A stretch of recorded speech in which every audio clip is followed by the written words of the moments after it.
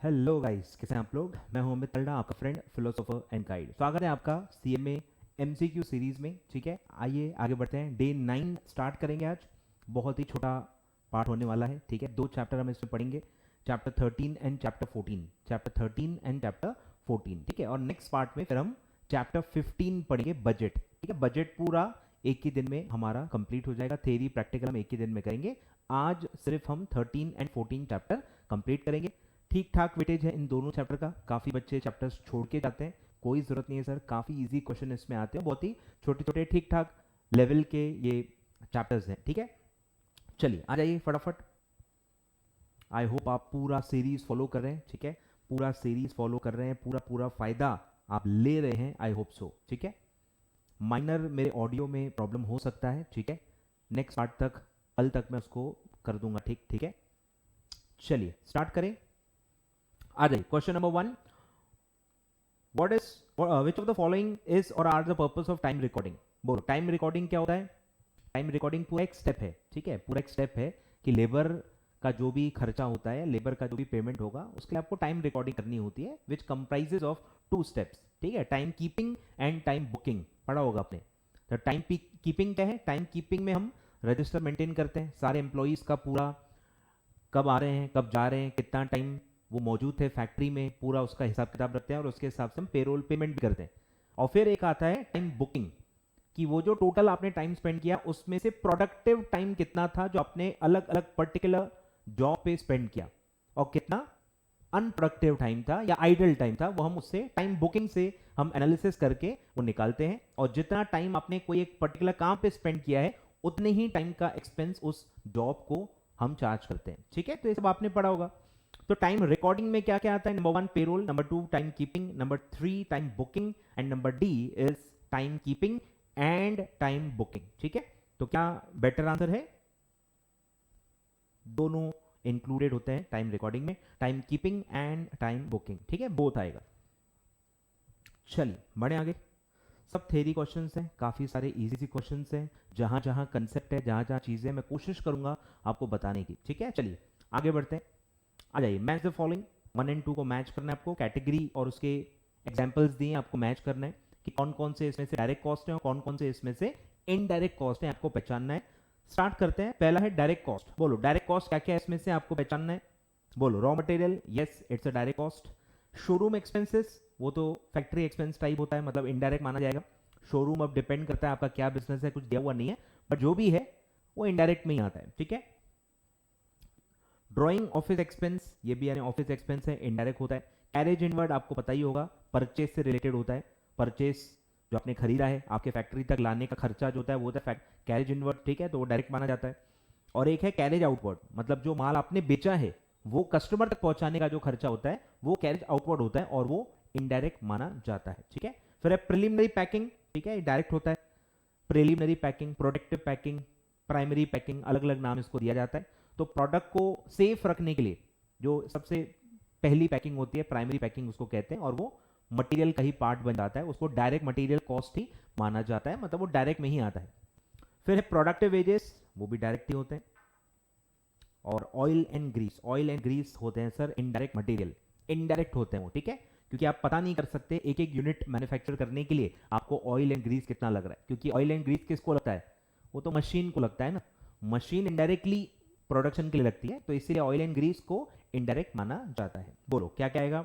Direct में देखो क्या क्या है। 1 1 4 6 7, 1 4 6 7, तो आपका ए ऑप्शन है 1 4 6 7। और इनडायरेक्ट का क्या क्या है, सेकंड, थर्ड, फिफ्थ, एट। ठीक है, ये ऑप्शन आपका आएगा।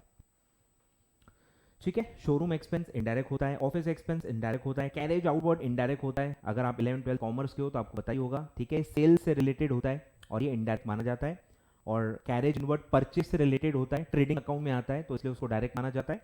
प्रोडक्टिव वेजेस, यानी जो मशीन पे एक्चुअली काम कर रहे हैं, प्रोडक्टिव वेजेस जिसको आप डायरेक्ट वेजेस भी कहते हो, तो वो डायरेक्ट ही होते हैं। और ऑयल एंड ग्रीस मशीन में लगते हैं, तो इसलिए उसको इनडायरेक्ट मटेरियल माना जाता है, मतलब इनडायरेक्ट कॉस्ट का वो पार्ट होता है। ठीक है, चलिए सर आगे बढ़ते हैं। According to behavioural analysis, according to behaviour Overheads may be classified as number one, factory admin, selling and distribution, fixed, variable, semi-variable, indirect, direct, indirect material, indirect labor, indirect expenses, और फिर है normal और abnormal. बोलो बोलो बोलो बोलो. According to behaviour, तो behaviour के हिसाब से क्या होता है? Fixed, variable, semi variable. याद आ रहा है? आप यही मार्जिनल कॉस्टिंग में पढ़ते हो. याद आ रहा है?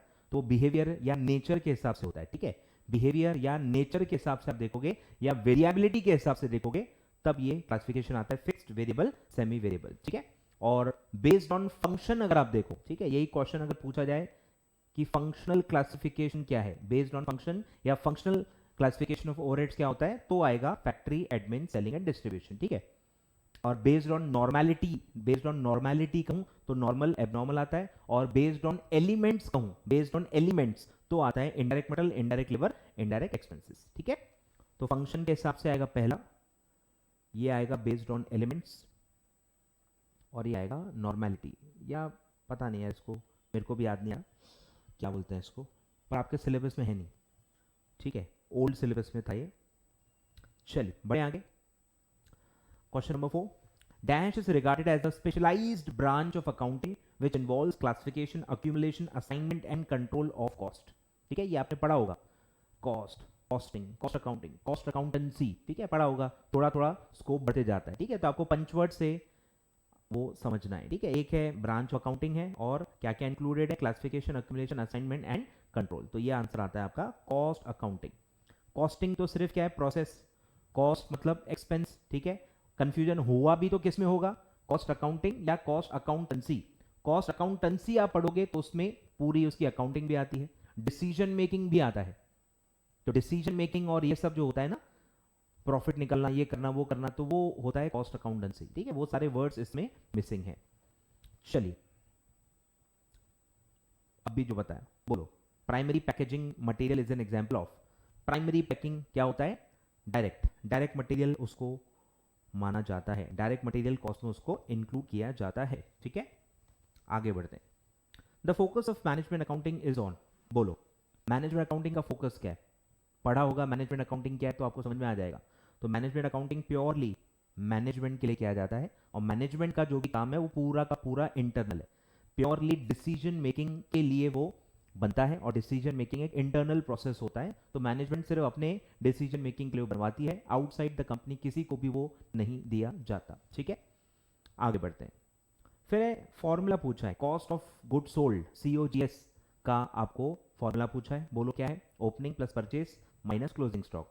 अब अगर आपको डायरेक्ट एक्सपेंस भी दिए हैं तो वो भी ऐड हो जाता है. ठीक है, तो पहचानो क्या आएगा. तो बी ऑप्शन दिख रहा है, opening plus purchase plus direct expenses minus closing stock. याद आ रहा है? एग्जैक्टली यही फॉर्मूला है, opening plus purchase plus direct expenses minus closing stock. Clear है? आ रहा है? प्लस माइनस में आपको बम कंफ्यूज करने की कोशिश की है पूरी, कि देखो यहाँ आपको माइनस दे दिया है, यहाँ प्लस दे दिया है, फिर यहाँ माइनस दे दिया है, यहाँ भी माइनस दिया है. ठीक है, तो ऐसे आपको घुमाने की पूरी कोशिश की है, पर जिनको फॉर्मूला आता है वो बिल्कुल भी गड़बड़ नहीं करेंगे. ठीक है, चलिए next. Recording of workers time spent on different jobs और processes for determining the labour cost और जॉब और प्रोसेसेस इज कॉल्ड एज. बोलो बातों बातों में मैंने ये एक्सप्लेन कर दिया आपको कि अगर आप टाइम स्पेंड रिकॉर्ड कर रहे हो, और कहां टाइम स्पेंड करना? जॉब पे, फैक्ट्री में नहीं. पूरा आपका अटेंडेंस कितना था वो नहीं. अगर मैं पूरे अटेंडेंस की बात करूं, आप फैक्ट्री में कितना टाइम मौजूद थे वो वाला टाइम बात करूं, तो वो टाइम कीपिंग आएगा. यहां क्या कहा है? Time spent on different jobs, different processes, और लिखा भी है for determining the labour cost of job. तो ये किसका पर्पस होता है? Time booking. ठीक है, टाइम बुकिंग का ये काम होता है. ठीक है, चलिए बढ़े आगे. अब देखो बहुत ही कट टू कट क्वेश्चन है, काफी बच्चे इसमें कंफ्यूज रहते हैं. ध्यान दो, लिखा हुआ है अकॉर्डिंग टू सीमा. ठीक है, तो सीमा के हिसाब से प्राइम कॉस्ट में क्या आता है. ठीक है, इंडिया में जो है अपना institute of cost accountants of India, उसके हिसाब से ऐसा नहीं होता. अगर ये प्लेन क्वेश्चन होता तो हम क्या बोलते? प्राइम कॉस्ट में क्या क्या आता है? Direct material, direct labour, direct expenses. ठीक है, ये हमारे इंडिया में चलता है, लेकिन सीमा लंदन का इंस्टीट्यूट है, उनके हिसाब से प्राइम कॉस्ट में क्या क्या आता है, सिर्फ direct material and direct labour. ठीक है, काफ़ी बच्चे मुझसे पूछते थे कि सर ये सीमा मतलब वो लिख के आएगा कि नहीं, तो देखो लिख के आया है, दिसंबर 21 का अभी का क्वेश्चन है, कोई कंफ्यूजन नहीं, ये सब आपके मन की कल्पना है। अरे ख्याल में आप अपने ही दुश्मन बने बैठे होते हो, ऐसा पूछ लिया तो वैसा पूछ लिया तो, मतलब आपको दुश्मन की जरूरत ही नहीं है, मतलब आईसीएस भी आपका दुश्मन नहीं, आप खुद ही काफ़ी हो, अपने दुश्मन खुद ही हो आप। ठीक है, अपने नेगेटिव में, अपने फेल होने के मतलब बस बहाने ढूंढते हो आप। ठीक है, तो ऐसा मत करना। ठीक है, ऐसा इंस्टीट्यूट आपको फंसाएगा नहीं, बहुत ही रेयर होता है कि 100 में से एक क्वेश्चन कहीं ऐसा फंस जाता है, और आपको लगता है हर चैप्टर में एक क्वेश्चन फंसेगा, पूरे पेपर में 20 से 25 ऐसे क्वेश्चन आ जाएंगे जिसमें हमको कंफ्यूजन होगा या जानबूझ के इंस्टीट्यूट हमको परेशान करेगा। ऐसा बिल्कुल नहीं होता है। आए ख्याल में? तो साफ साफ लिखा है सीमा के हिसाब से क्या है, तो सीमा के हिसाब से भाई direct material and direct labour. सीमा लिखा नहीं होता तो आप क्या लिखते हैं, direct material, direct labour, direct expenses. चलिए sir, clear? Rent of own factory premises, own factory premises, बस ओन फैक्ट्री प्रीमाइसेस पढ़ के आपका आंसर आ जाना चाहिए। बोलो, खुद की फैक्ट्री का ही रेंट आप अगर रिकॉर्ड कर रहे हो कॉस्ट अकाउंटिंग में, तो वो कौन सी कैटेगरी का एक्सपेंस होता है? Notional cost.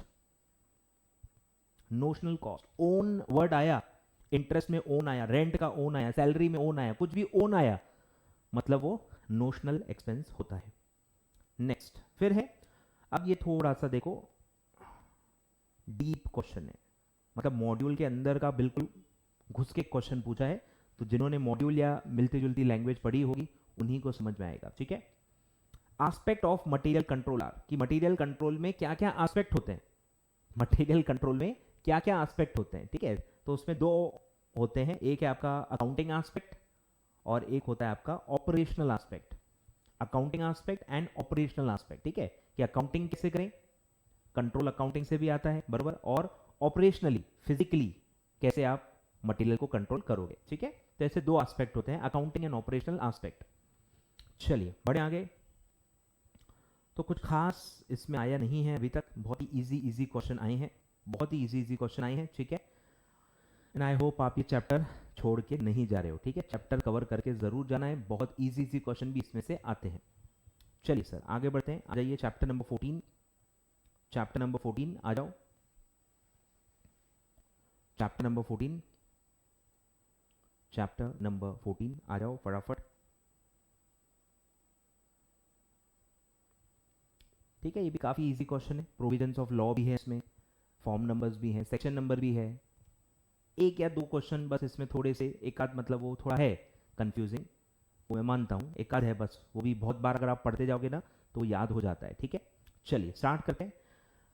Companies cost records and audit rules 2014 came into force on. ठीक है, देखो पहला ही मतलब बहुत ऑड क्वेश्चन था, डेट पे क्वेश्चन था कि ये रूल्स कब से लागू हुए हैं। ठीक है, और ये एक ही बार आया है, ऐसा क्वेश्चन फिर दोबारा नहीं आया है। ठीक है, तो ये आया था सर 30 जून को, 30 जून यानी मेरे बर्थडे पे आया था, इसलिए मुझे याद है, 30 जून 2014। ठीक है, उस डेट पे ये कमेंट्स हुए थे। आगे बढ़ते हैं, फिर आपको ये फॉर्म्स तो पता ही होंगे, चार ही हैं, CRA1, CRA2, CRA3, CRA4। Which of the following forms is used for filing the cost audit report with the central government? With the central government कौन फाइल करता है? Company. Auditor direct central government में file नहीं करता, auditor company को देता है, company in turn वो फाइल करती है सेंट्रल गवर्नमेंट के पास। ठीक है, तो सेंट्रल गवर्नमेंट के पास जब फाइल करोगे तो आता है CRA4। ठीक है, CRA4।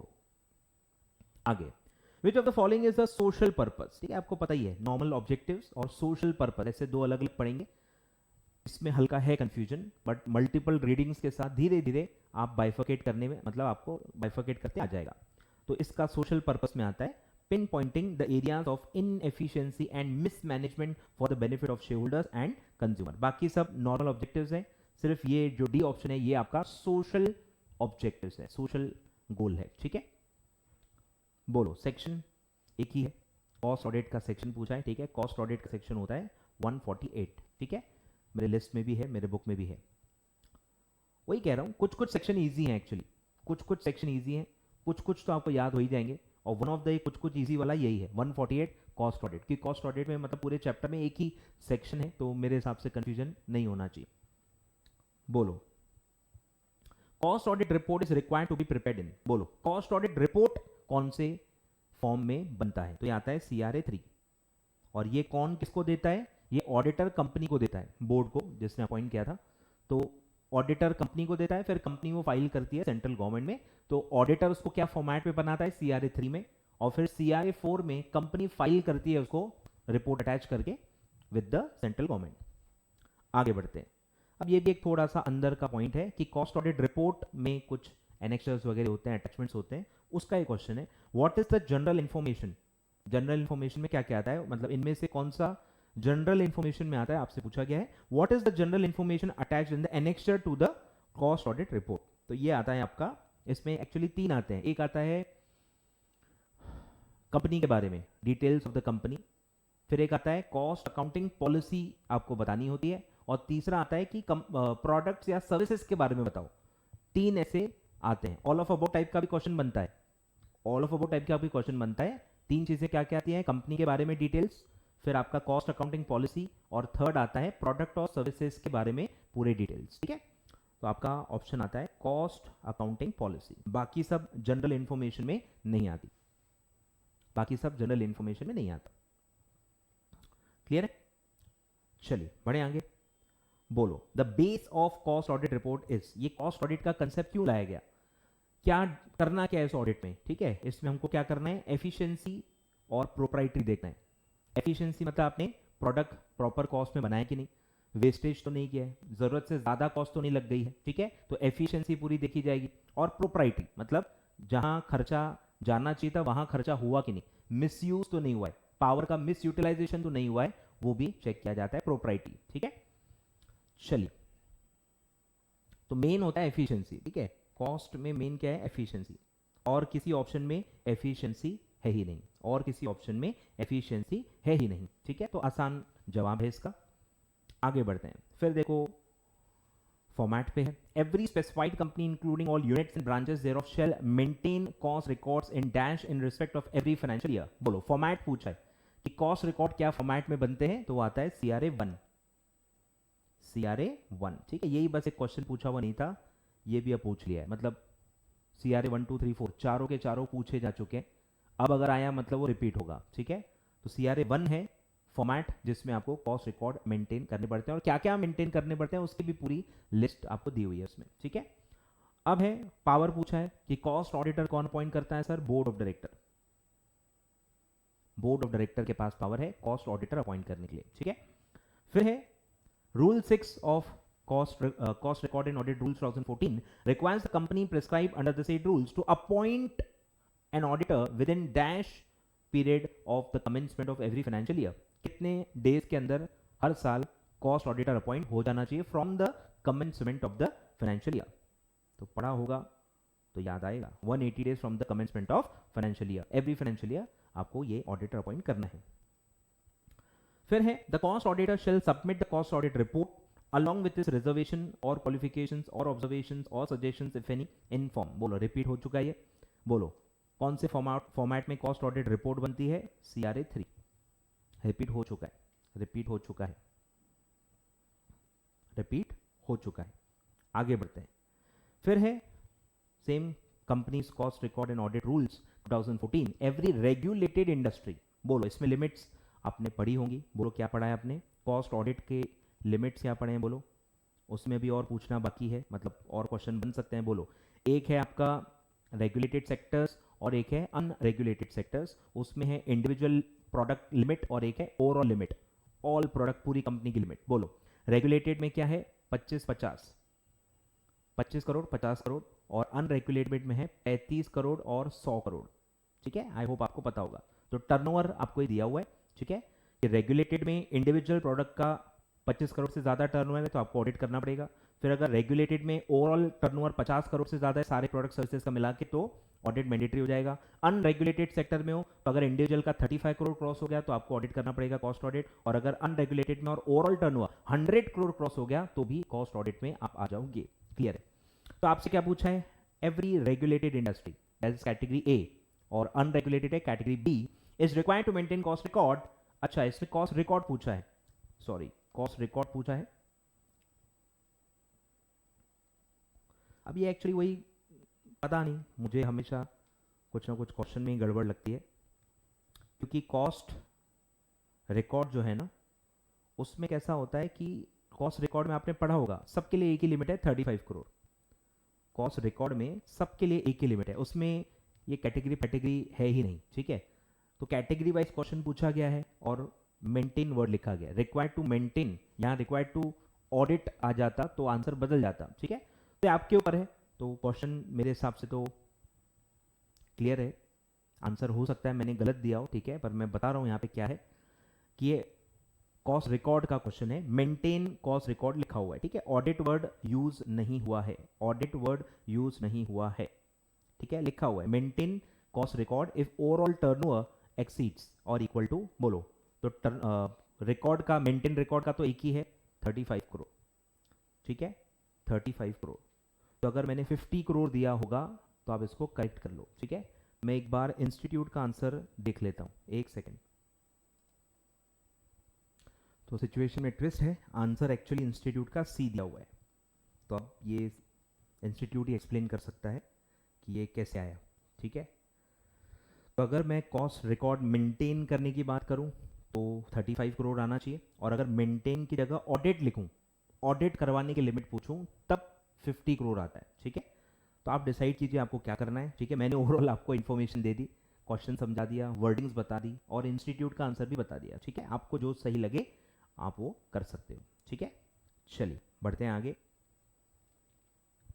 The requirement for cost audit rules shall not apply to a company which is covered in rule 3, ठीक है। एग्जाम्पशन पे क्वेश्चन है रूल 3 कि किस पे कॉस्ट ऑडिट रूल्स अप्लाई नहीं होंगे। Number 1, whose revenue from exports in foreign currency exceed 75% of total revenue, और which is required operation from SEZ, SEZ में आप काम करते हो या सेज है आपका यूनिट सेज में है, which is engaged in generation of electricity for captive consumption through captive generating plant। और आपको याद होगा तीनों ऑप्शन है, तीनों ऑप्शन एग्जाम्पशन में है, तो ऑप्शन क्या आएगा, ए अपना 1 2 3, तीनों ऑप्शन एग्जाम्पशन के हैं कि आप एक्सपोर्ट करते हो और एक्सपोर्ट के रेवेन्यू 75% से ज़्यादा है, आप सेज में हो, या आप इलेक्ट्रिसिटी जनरेट करते हो और उसको आप कैप्टिवली यूज़ करते हो, मतलब आप अपनी फिनिश प्रोडक्ट के लिए यूज़ करते हो, इन हाउस फैक्ट्री के अंदर ही उसको यूज़ कर लेते हो, जनरल पब्लिक को सेल नहीं करते, ठीक है। तो आई होप आपको समझ में आया, ठीक है। बस एक क्वेश्चन में थोड़ा है प्रॉब्लम, मुझे नहीं पता क्या करना चाहिए भाई, ठीक है। काफ़ी टीचर्स आपको बहुत ही धड़ल्ले से बताएंगे, पर किसी के पास कोई प्रूफ नहीं है, कोई मुझे लगता है कुछ है ही नहीं, और इंस्टीट्यूट सामने से आके आपको कभी बताएगा नहीं, तो इसका कोई रास्ता नहीं, ठीक है। एक आध क्वेश्चन ऐसा रहता ही है, और चेकिंग इंस्टीट्यूट कैसे करता है मुझे भी नहीं पता, ठीक है।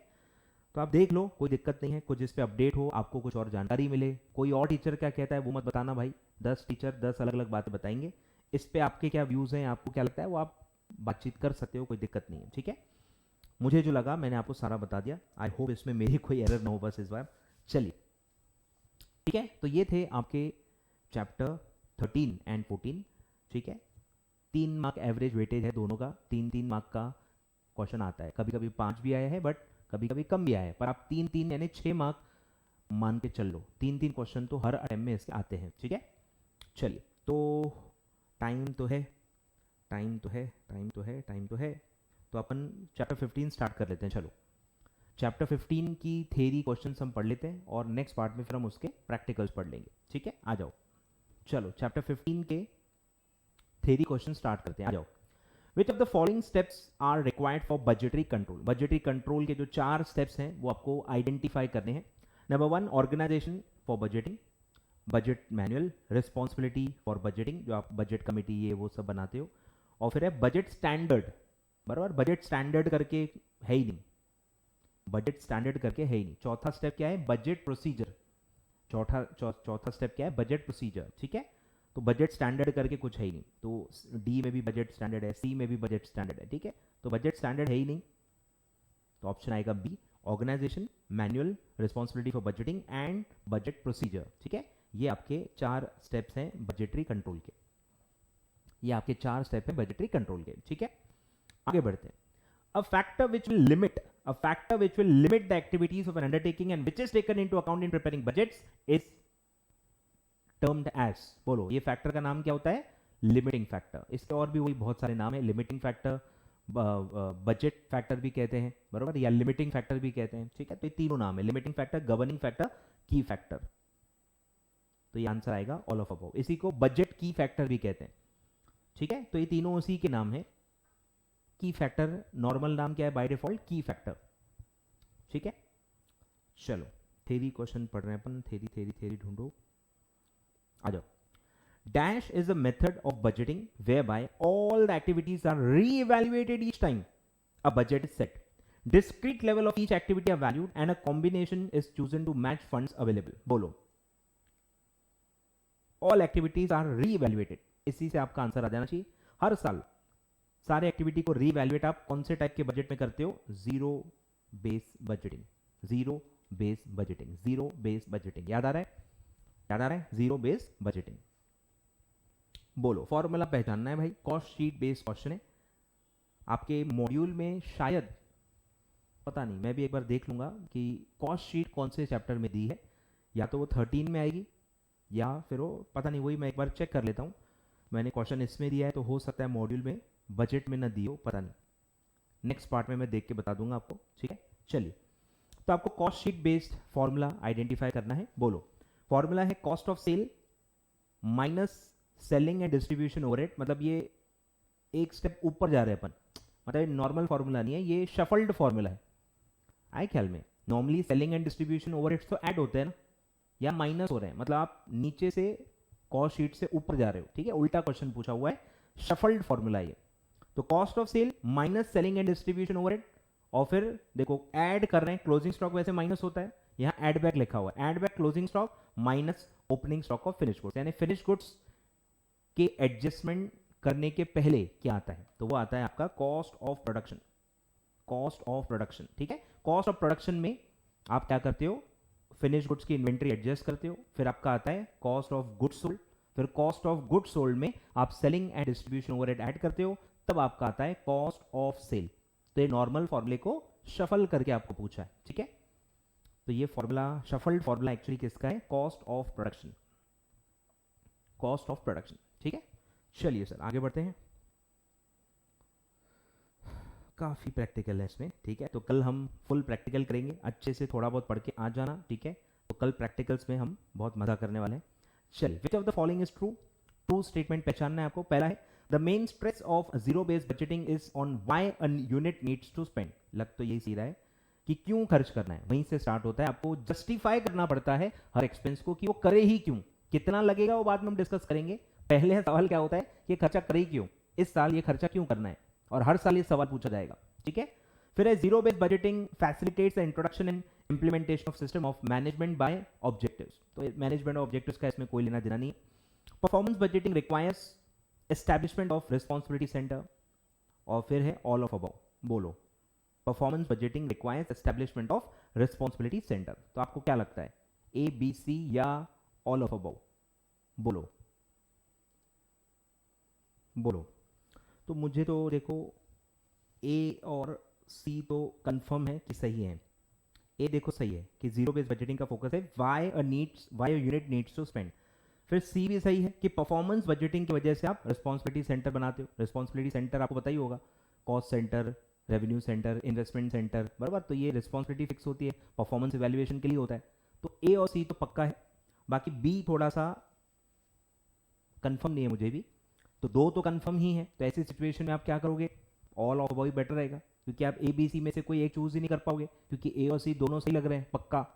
ठीक है, तो इसीलिए मैं जा रहा हूं सर ऑल ऑफ अबव। ठीक है,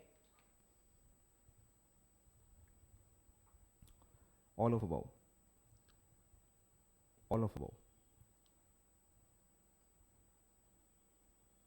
ये एक्चुअली एसएम में आता है, एसएम का पार्ट है, मैनेजमेंट ऑब्जेक्टिव्स। तो वो वहाँ शायद आएगा तो मैं आपको बताऊंगा कि क्या होता है, कैसे होता है, डिस्कस करेंगे अपन।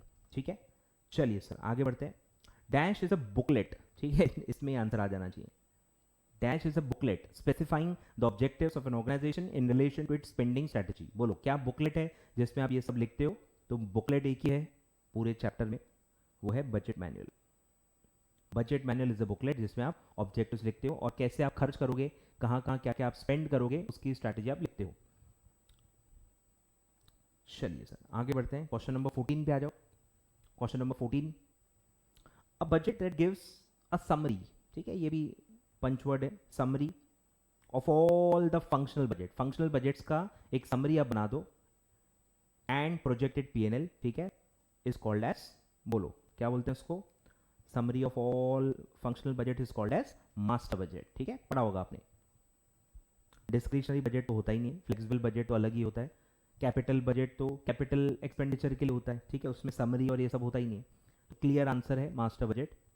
आगे 15th, the difference between fix cost and variable cost has the significance in the preparation of, कौन से टाइप के बजट में फिक्स्ड और वेरिएबल ये जो क्लासिफिकेशन होता है, ये जो डिवाइडेशन होता है, ये बहुत ज़्यादा इंपॉर्टेंस रखता है, तो आपको पता ही होगा। फ्लेक्सिबल बजट, फ्लेक्सिबल बजट में आप क्या करते हो, बिहेवियर एनालिसिस करते हो, फिक्स को फिक्स रखते हो और वेरिएबल को लेवल के हिसाब से वेरिएट करते हो। तो फ्लेक्सिबल बजट इसी वजह से ही बन पाता है क्योंकि आप कॉस्ट को डिवाइड करते हो इनटू फिक्स्ड एंड वेरिएबल।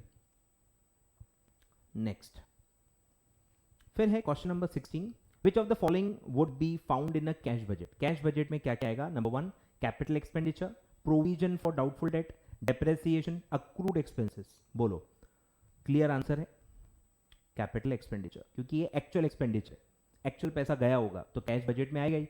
और आपको पता ही है कैश बजट में सारे टाइप के कैश फ्लोज आते हैं, कैपिटल नेचर के हो, रेवेन्यू नेचर के हो, रिसीट हो, पेमेंट हो, सारा कैश बजट में आता है, ठीक है। प्रोविजन तो बुक एंट्री होती है, डेप्रिसिएशन भी नॉन कैश होता है, अक्रूड एक्सपेंस का भी मतलब क्या है, जो आउटस्टैंडिंग है, जो अक्रू हुआ है, पे नहीं हुआ है, ठीक है, जो आउटस्टैंडिंग है, अक्रू हुआ है सिर्फ, तो वो कैश बजट में रिकॉर्ड नहीं होता। क्लियर है, आगे बढ़ते हैं।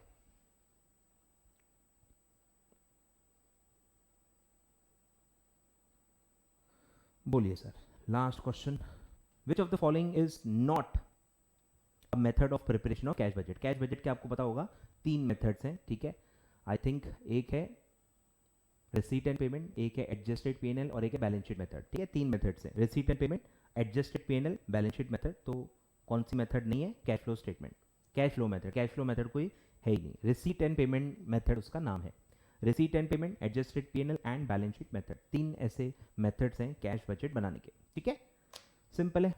चैप्टर 13 14 बहुत ही सिंपल है, 15 की भी जो थ्योरी है काफ़ी सिंपल है, मुझे देखो कोई ट्रिकी क्वेश्चन तो लगा ही नहीं, सब आपने पढ़ा है तो आपको आ जाएगा। कंफ्यूजन वाला बहुत ज़्यादा कुछ इसमें था ही नहीं, प्रॉब्लम यह बच्चे ने पढ़ा ही नहीं होता फिर तो सब कंफ्यूज करेगा आपको, ठीक है। चलिए, तो आज हमारे हो गए 3 चैप्टर के पूरे एमसीक्यूज, मतलब थेरी एमसीक्यूज, 2 तो थेरीज थे पूरे चैप्टर। तो कल हम काफ़ी इंपॉर्टेंट चीज़ पढ़ने वाले हैं, बजटिंग के प्रैक्टिकल क्वेश्चंस मैं पढ़ाने वाला हूँ, ठीक है। कल हम बजटिंग के प्रैक्टिकल क्वेश्चंस पूरे के पूरे पढ़ लेंगे, ठीक है। चलिए, thank you so much for watching the video, अच्छा लगा हो लाइक कर देना और फ्रेंड्स के साथ ज़रूर शेयर करना, थैंक यू सो मच।